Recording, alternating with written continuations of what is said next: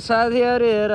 कृषि प्रधान देश कहाँ छ कृषि प्रधान देश भनेर भन्ने साथीहरूलाई म चाहिँ आज उदाहरण देखाइदिन्छु कि कृषि प्रधान देशमा चाहिँ यहाँनिर खोलो छ यहाँनिर कृषि उत्पादन भइरहेको छ हेर्नुहोस् आन्टीले चाहिँ पानी हालिराख्नु भएको छ गरे के हुँदैन र नेपालमै छ नेपालमै सुन फल्छ भन्ने कुराको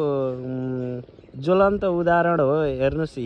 चाहिँ सर्लक्क यतिमा प्याज लगाउनु भएको छ सर्लक्क यो फल्यो भने कति फल्छ होला हेर्नु त यस्तो छ मान्छेले केही हुँदैन नेपालमा केही छैन भन्नेहरूका लागि यो एकदम सुनौलो अवसर हो हेर्नुहोस् यी पाटाहरू बनिरहन् टक्क चाहिँ उता यता नदी छ उता पनि कर्णाली नदी छ र बिचमा हेर्नु त सर्लक्क कति खेतीपाती भएको ऊ त्यहाँ गोपी त क्या दामी भएछ ओहो प्याज गोपी ल